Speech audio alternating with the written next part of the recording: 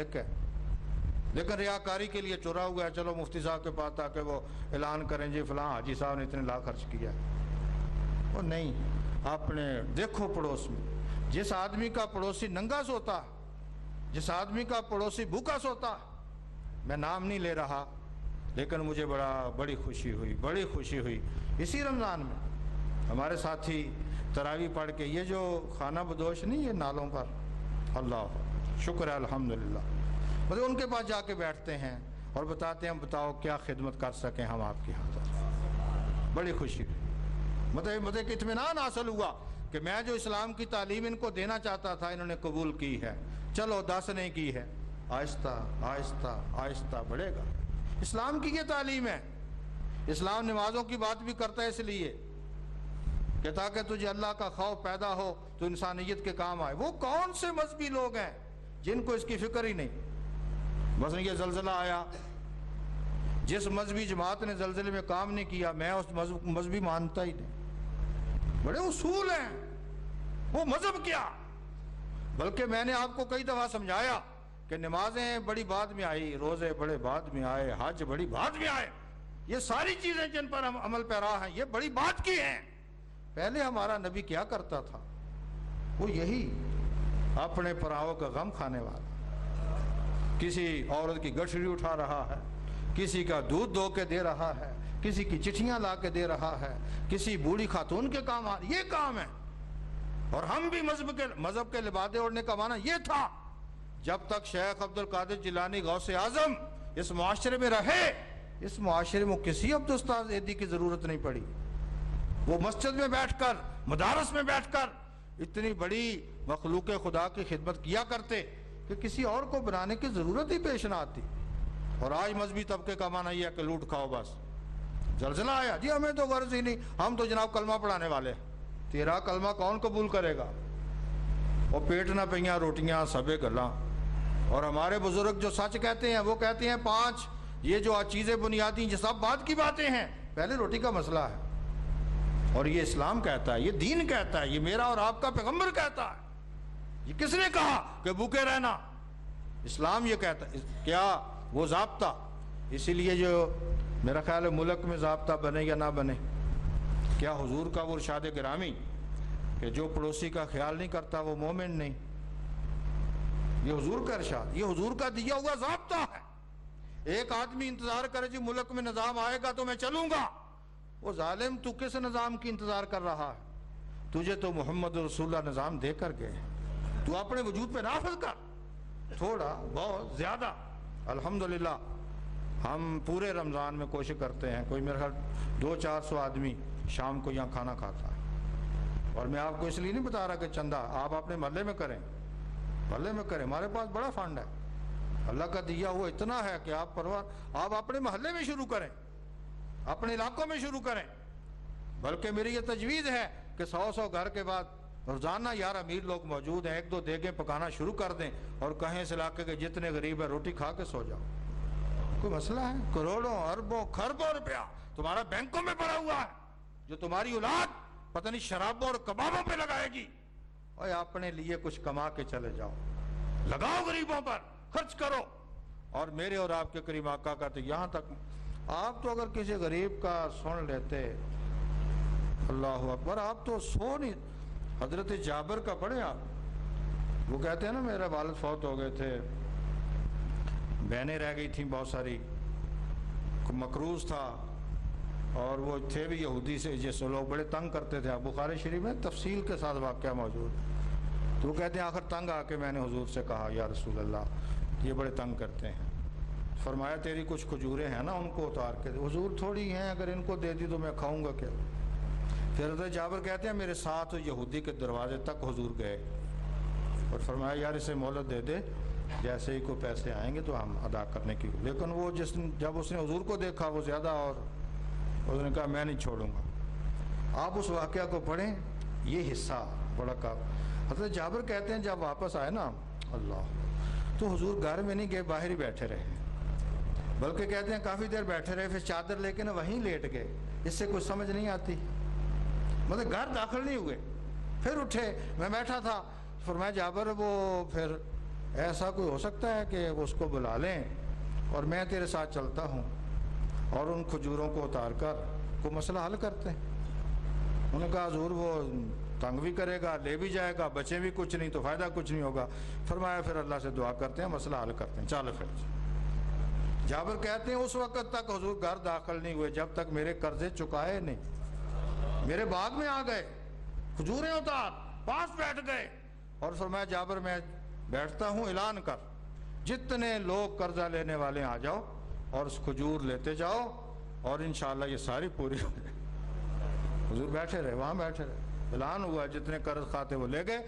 اور حضرت جابر کہتے ہیں اللہ کی شان، حضور کا مقام یہ ہے کہ جب حضور اٹھے تو ایک دانہ بھی کھجور کا کم نہیں تھا، اتنے کے اتنے۔ آپ پڑھیں پرایوں کی تکلیفیں، پریشان۔ مجھے تو شرم آتی ہے، آپ مسلمان کہتے ہیں، مجھے اپنے آپ کو مسلمان کہتے ہوئے شرم آتی ہے کہ میں کس معاشرے کا فرد ہوں جس معاشرے میں غریب غربت ہے، ننگے پھٹے کپڑے، اور اس کے بعد اگر میرے 15 جوڑے ہیں، کیا مانا؟ آئی بات سن لیجئے کیونکہ موقع ہے۔ ایک صحابی کا پڑھیں، یہ اس دور کی ظاہری یاد کی بات ہے جب لوگوں کے پاس سر چھپانے کی جگہ نہیں تھی۔ اسلام نے کو منع نہیں کیا، لیکن ایک تصور کو واضح کروں۔ ایک صحابی کا ملتا ہے، وہ کہتے ہیں میں نے حضور کی ظاہری حیات میں 2 منزلہ مکان بنایا۔ یہ جو حضرت ابو ایوب انصاری کا مکان تھا نا، یہ پہلے ہی 2 منزلہ تھا۔ یہ نہ کہنا، میں پہلے جواب دے دوں آپ کو، یہ نہ کہنا جی حضور نے 2 منزلہ بنایا، یہ پہلے کا بنا ہوا ہے۔ تو وہاں وہ کہتے ہیں میں نے حضور کی آمد کے بعد 2 منزلہ مکان بنایا، آپ کا گزر ہوا، آپ نے صحابہ سے پوچھا یہ کس کا مکان؟ انہوں نے بتایا جی فلاں کا۔ آپ نے کچھ گفتگو نہیں فرمائی، خاموش۔ وہ آدمی کہتے ہیں میں حضور کی صحابی آیا، میں حاضر ہوا تو میں پہنچا تو آپ نے اپنا چہرہ انور پھیر لیا۔ حضور کا چہرہ انور پھیرنے کا معنی کیا ہے کہ خدا نے چہرہ پھیر لیا۔ اب اس سے بڑھ کے میں آپ کو کیا بتاؤں؟ میں اگر کہتا کائنات پھر، کائنات پھر جاتی ہے۔ حضور کا چہرہ پھیرنے کا معنی یہ کہ رب نے چہرہ پھیر لیا۔ وہ صحابی ہیں، ان کو احساس ہے، انہوں نے دوستوں سے پوچھا کیا معاملہ ہوا؟ انہوں نے کہا جی ہم بھی نہیں جانتے، لیکن اتنا ہوا ہے کہ آپ ادھر سے گزرے ہیں، آپ نے پوچھا یہ کس کا مکان ہے؟ وہ صحابی کہتے ہیں مجھے سمجھ آ گئی، تو میں نے حضور سے عرض کیا کہ اگر آپ مجھے اجازت دیں تو میں اس مکان کے حصے کو گرانے کے لیے تیار ہوں۔ حضور مجھ سے غلطی ہو گئی تو آپ نے فرمایا لوگوں کو جھونپڑی رہنے کے لیے نصیب نہیں ہے، تو 2 منزلوں میں رہنا شروع کر رہا، اور 10 کنالوں میں رہنے والوں، اور ڈیفنسوں میں رہنے والوں، اور گلبرگ میں کوٹھیاں اور شادمان میں بنانے والوں، غریبوں کا کس نے سوچنا؟ فقراء کا کس نے سوچنا؟ میں اور آپ ہی نے سوچنا۔ اور اگر آپ یہ کہیں کہ یہ خدائی تقسیم ہے، آپ جھوٹے ہیں، آپ کو اسلام کا پتہ نہیں۔ اسلام نے نظام وہ دیا تھا کہ امیروں کے بارے میں کہا تھا امیروں وفی اموالہم حق للسائل والمحروم، تیرے مال میں غریب یتیم کا حق ہے۔ اور وہ آیت کریمہ پڑھیے 11ویں پارے کی جس میں قرآن کے یہ لفظ ہیں الم یعلموا ان اللہ یقبل توبۃ عبادہ ویأخذ الصدقات۔ فرمایا غریب کو دینے والے مت سمجھ کہ تو غریب کے ہاتھ پر پیسے رکھ رہا ہے، تو اپنے رب کے ہاتھ پہ پیسے رکھ رہا ہے۔ اس لیے آئیے میں اور آپ لوگوں کے دکھ بانٹیں، لوگوں کے۔ آپ کے ہاں کوئی مریض ہو جس کا کوئی علاج حجاز ہاسپٹل ہمارا موجود ہے، آپ میرے پاس بھیجیں، وقت لے کر بھیجیں، وقت کو ٹیلی فون کرنے کا وقت بناؤ کچھ، کیونکہ ہم بھی سونا ہوتا ہے۔ میں آدھی روٹی منہ میں ہوتی ہے تو آدھی ٹیلی فون سن رہا ہوں جی، جس وقت چاہو ٹیلی فون کر دو۔ پھر اگر نہ سنو بد اخلاق، کوئی ضابطے بناؤ، کوئی اصول بناؤ۔ عصر کے بعد، آج کل تو نہیں، آج کل کو 11 بجے تو رابطہ کرو، اگر کوئی مریض آدمی ہم اس کی خدمت کریں۔ دیکھو نا، جو علاج کر سکتے ہیں، مڈل پاس بچے، مڈل پاس، کوئی مڈل پاس بچہ آپ کے پاس ہو، آپ میرے پاس لائیں، میں BA تک اس کے تمام اخراجات برداشت کروں، مڈل پاس۔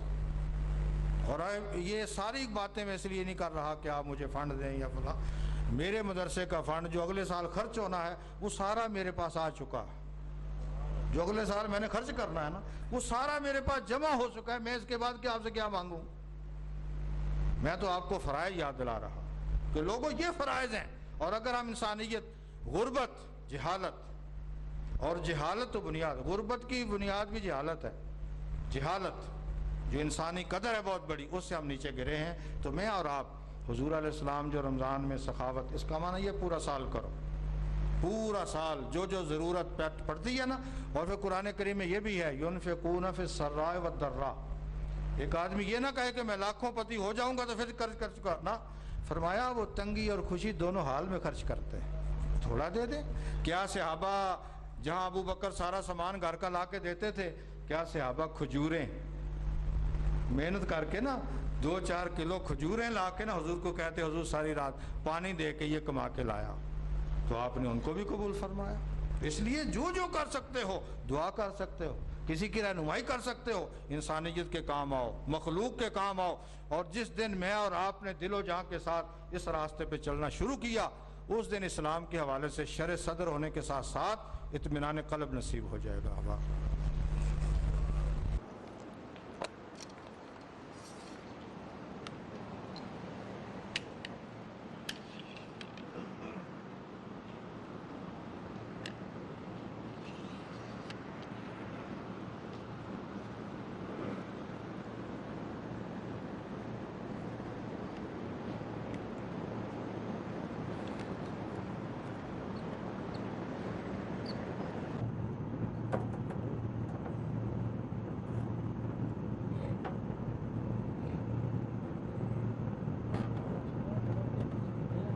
بالکل بالکل